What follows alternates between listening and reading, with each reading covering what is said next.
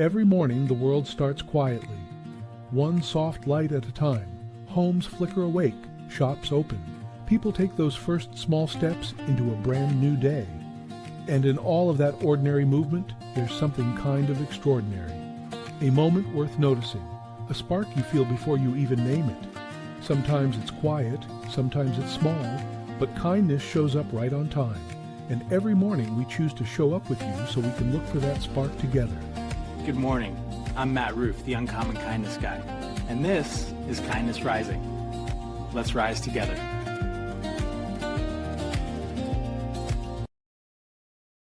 Good morning, good morning, good morning, everyone. Let me start today with a simple question. Have you ever looked at a team, a project, or a business and thought, something's wrong? The meeting feels tense, progress feels messy, and people seem frustrated. You start asking, why is this failing? Today, I want to offer a different idea. What if nothing is actually wrong? And what if it's just a part of the cycle you're in, but your brain is in a different part of the cycle? Because whether you realize it or not, everything moves in cycles. Teams do, businesses do, creative work does too. And so you can be in the wrong stage and be misreading the moment in the wrong stage in your brain, when the reality is the stage is something different. So today we are going to explore the hidden cycle. This is Kindness Rising.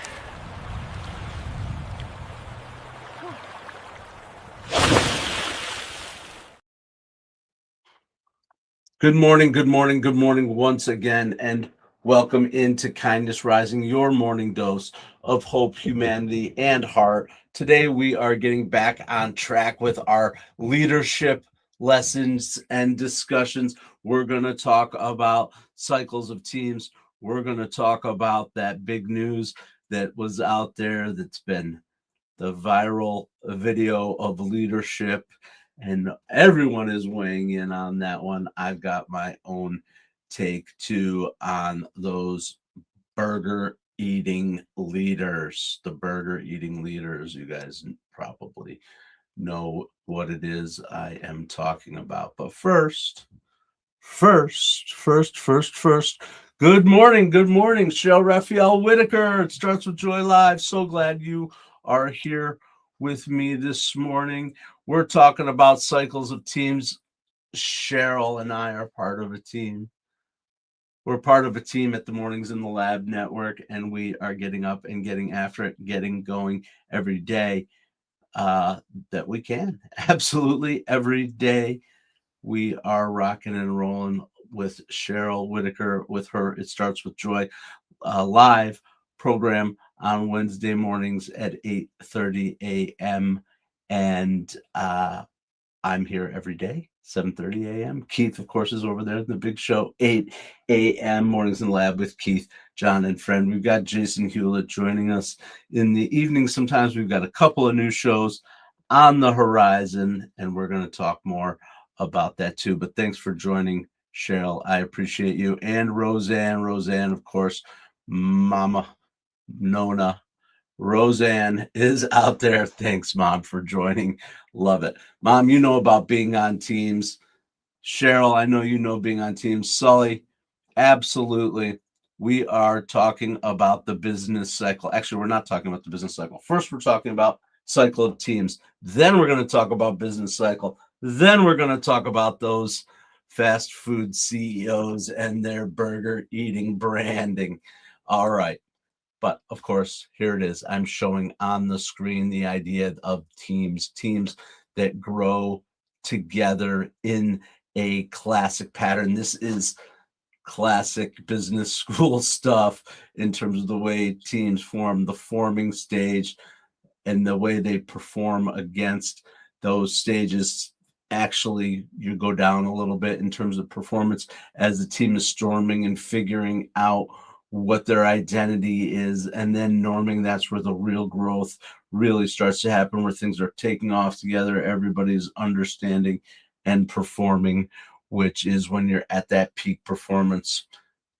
There's a lot of nuance to this. This is Tuckman's stages of development of a team. There are a lot of critics and other viewpoints, ideas on this, but I think it's important to understand as a baseline when you are in a group project, in a team together, whenever it is in a relationship, they all go through these stages.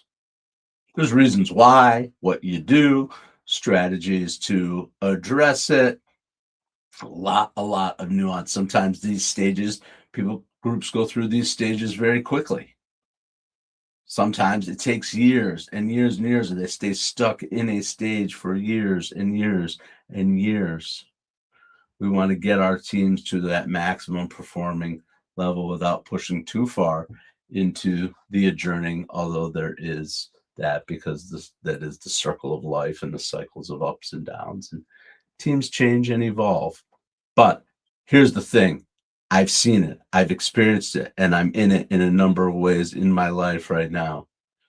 Storming. This is where the biggest challenges happen. It's where personalities clash and ideas compete with each other. People challenge each other. And many leaders think that that term means failing, right? Or that storming means failing when you're in it. Oh my God, this is failing. It's not working. We can't get it together. All that kind of stuff. And you can get stuck in that cycle of turnover of leadership and ideas clashing. And that's where what we talked about last week with, dropped it, Patrick Lencioni's 5 dysfunctions of a team. Why? In all stages, you have to build on a foundation of trust, because storming is important. It's where the collaboration begins. It's where we start having those conflicts, asking those key questions. But if you don't have the foundation of trust, you're gonna miss the point. Absolutely. Storming is the beginning of real collaborations, where people stop being polite and start being honest. It's teams navigating storming with respect. That's the key. If teams can navigate storming with respect, they move into that norming where trust really is there, and you can perform where the team is operating at the smoothest and most effective it can be. And that's where business growth and where the real innovation happens. So if your team feels messy right now, there's a decent chance that there's nothing wrong. It's just in a little bit of storming. That's part of the cycle. Don't forget to have some perspective as you're going through those things, and ask yourself, what stage are we in at this point in this endeavor? And is this normal? There's lots more we can talk about, and we may just do that. We may just dig in a little bit further on Tuckman's stages of group dynamics. Yes, Jess, good morning. Good morning. Good morning. I am glad you have joined us, Jess of the world. My eyes are terrible. Diversity moderates bad decisions. I agree 100% if the members are not too scared to speak up. Absolutely. Jess, I appreciate what you're saying. I agree 100%. The more ideas, the merrier, but there is a lot to that. That's what we talked about all last week. 5 dysfunctions of a team. The foundation of teams is trust, based on trust, on vulnerability, the ability of leaders to be vulnerable, right? To be predictable is important, but to be vulnerable and open about situations, to be able to say things like, I don't know, or we need a fresh perspective on that, those kind of things. That's what builds trust. That's what builds trust. And we're talking about the kind of vulnerable emotional trust. Not I trust you because you did great work the last time and you'll do great work again, or I trust you because you have the best skills, you're the best writer or the best graphic designer or the best accountant or the best whatever. That's a skill-based trust. Talking about trust at the emotional, personal connection level that pushes teams, past forming and storming and into norming. Absolutely. Cool. Jess, where are you at in terms of studying dynamics and social psychology? I love that.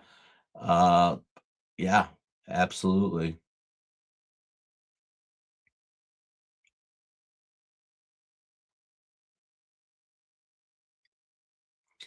Verbal hesitation. Absolutely.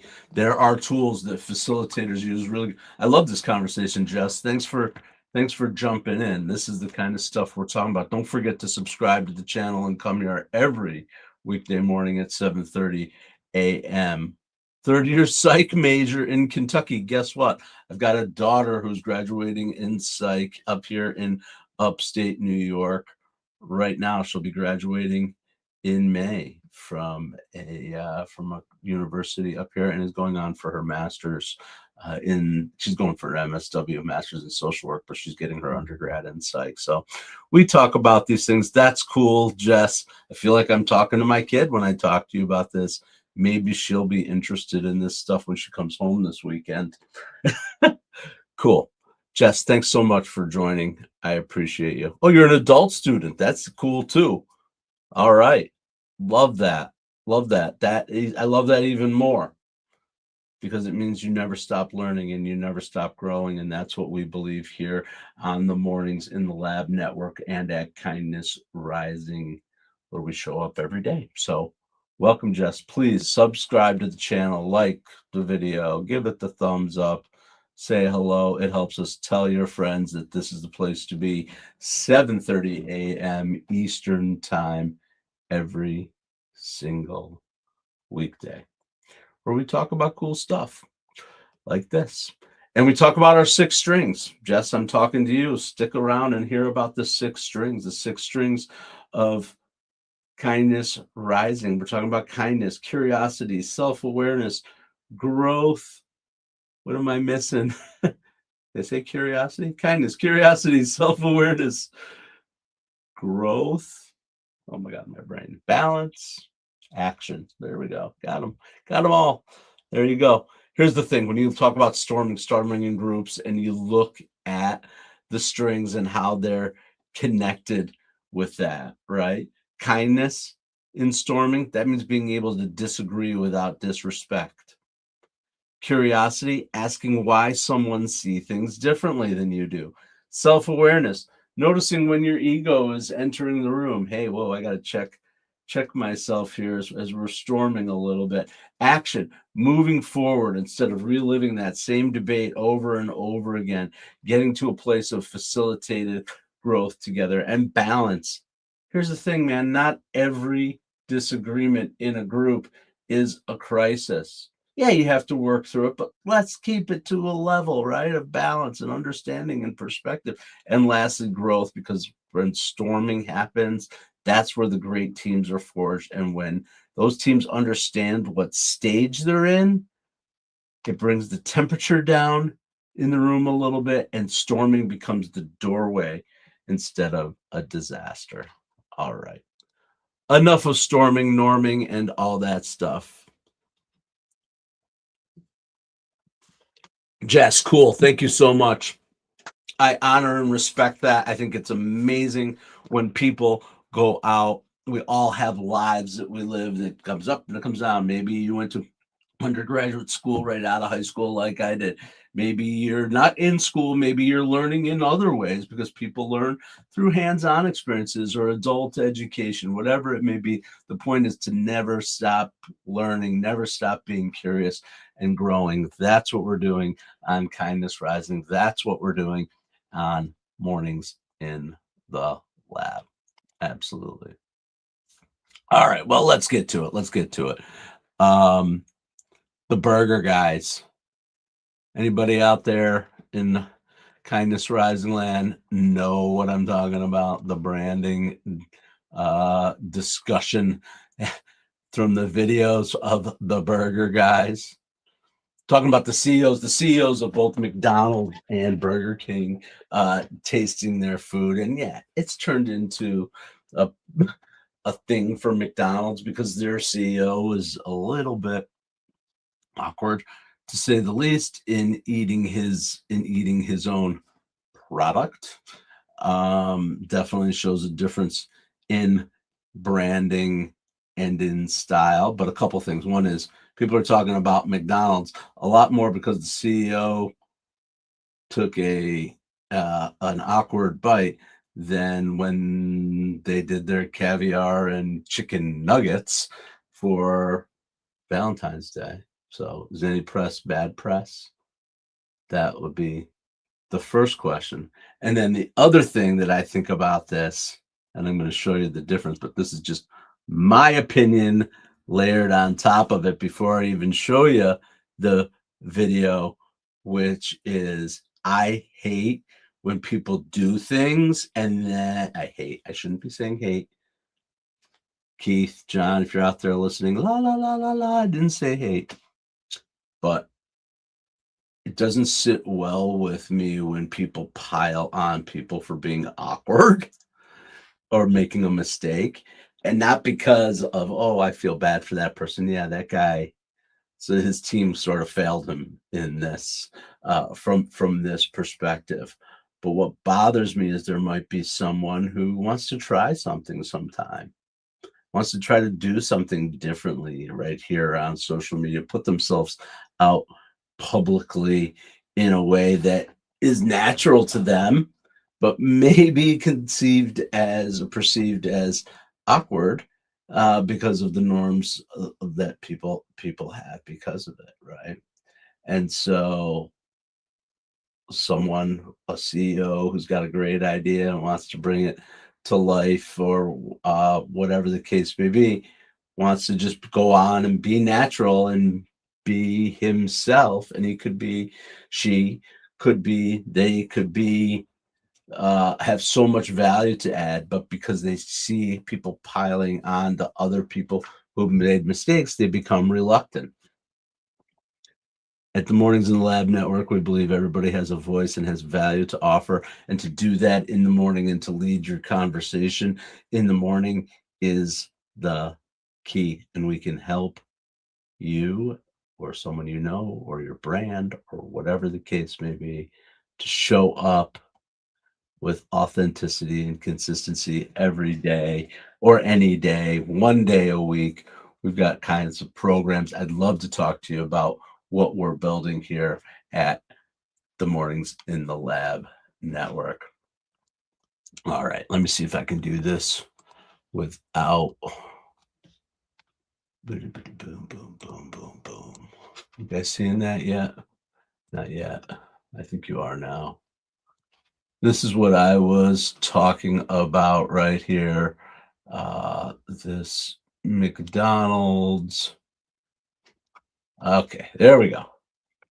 McDonald's and Burger King sparking a big reaction. CEOs, they're doing their taste tests. Let's see if I can show you the difference. The first guy you're going to see is Burger King, which is in response to the McDonald's guy who did his first. And you'll see the difference, and we can talk about that from a branding perspective. Not bad, right? Only one thing missing, a napkin. Chris K here with, you've heard about it, here it is, the Big Arch. This is something that we have tested already in Portugal, Germany, Canada. I love this product. It is so good. I'm going to do a tasting right now, but I'm going to eat this for my lunch, just so you know. So here we go. First, holy cow. God, that is a big burger. We've got a very unique kind of sesame poppy sort of bun on it. We've got 2 quarter-pound patties, a delicious Big Arch sauce, and of course some lettuce. So, there's so much going on with this. So first of all, let's try to get this thing. I don't even know how to attack it. Got so much to it.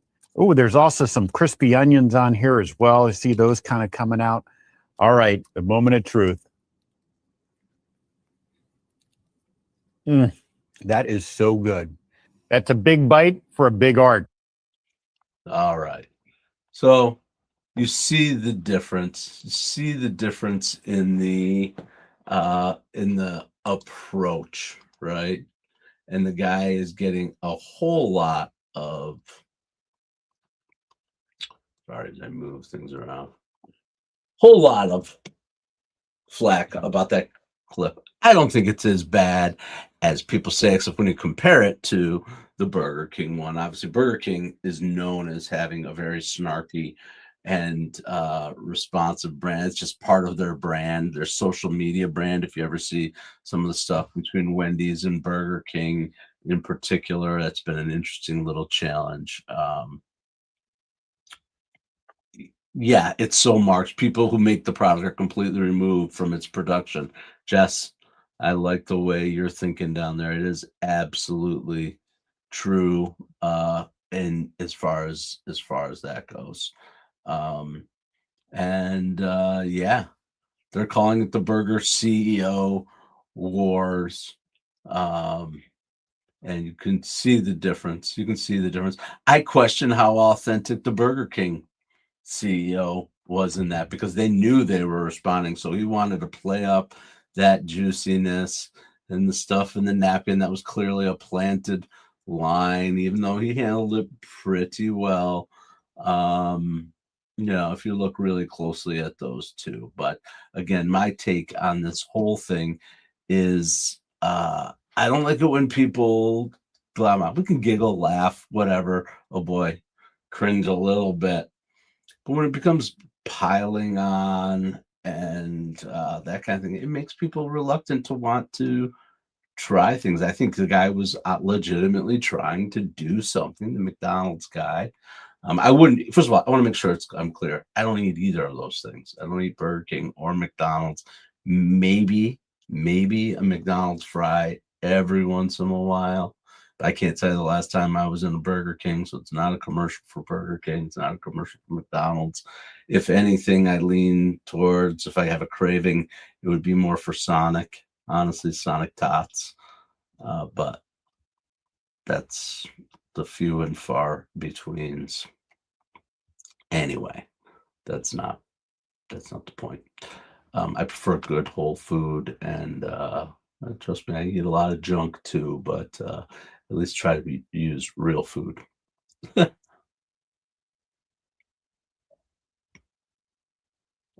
All right. So I think it's a leadership thing, right? Authentic leadership requires some self-awareness, right? You have to know when something feels forced versus, okay, I'm really into this, right? And you can tell, as you're going through, if you're self-aware, when your energy level is up and when you're truly genuinely into something, or when you're genuinely curious how you're staying connected to the thing you're building. The undercover boss, I love that, Mom. Yeah, Roseanne Rouff is out there watching teams work together, somewhat unsuspected. That's the Hawthorne effect. But that's kind of the Hawthorne. It's a Hawthorne effect with a twist, right? Because the employees don't know they're being watched in that way. Absolutely. I think we would all learn a lot as leaders in our organizations by watching. But hopefully you're building a trusting enough relationship in your organization that you don't have to go undercover, right? And people can be genuine, or you can find other methods, because you want to stay connected to people in the most genuine way. It's very, very hard to do, because there's so many things you're balancing as a leader, so many perspectives. It's very hard to be present and completely neutral, or present and aware of who's acting, playing, and who's being genuine. It's definitely an art and leadership, and it's something that comes with experience. And also comes with self-awareness and checking your own biases as you're making judgments of people in your teams. Absolutely. My point, though, is that I want to encourage people to roll up their sleeves and take a bite of that juicy burger. Do it with the camera on, do it with the camera off, especially if that's your product, right? To engage with your product and that kind of thing. This is not about fast food or encouraging people to eat burgers or not eat burgers, whatever. Eat what works well for you and your body. But the point of it was the branding and the optics of these things, and it's just a thought-provoking situation. Well, we have once again blown through a ton of time. I am so excited. I was going to talk a little bit about the business cycle, but I think I'll just hold that for another time. Sully, if you're still out there, you mentioned it, the business cycle, where we talk about ideation all the way through maturity and what happens as business grows and matures and settles in, how that overlaps with what we're talking about, forming, storming, and norming within our teams. And we'll talk about that tomorrow. I promise. I'm going to bring it tomorrow. The point of today was understanding the cycles. Problems appear when we misread the stage we're in. That's the key. That's what comes with, that's why experienced leaders, mature leaders, who, whether they understand it because they studied Tuckman, or Hawthorne or Lencioni or all these academic things, that's not the point. Someone who has been through this experience understands those stages without maybe understanding how to label them, and understands how to have perspective through that startup and through that maturity, still all those stages of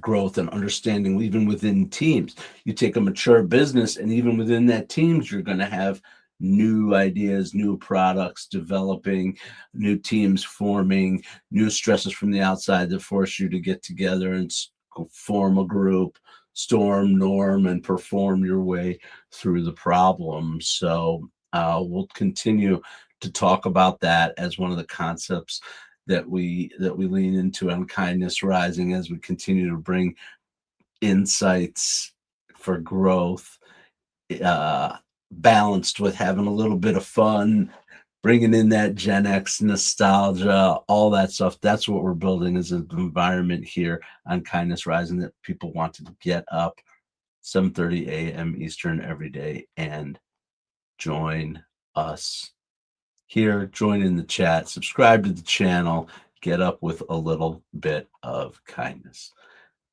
Here's the thing. Life rarely moves in straight lines. It moves in cycles.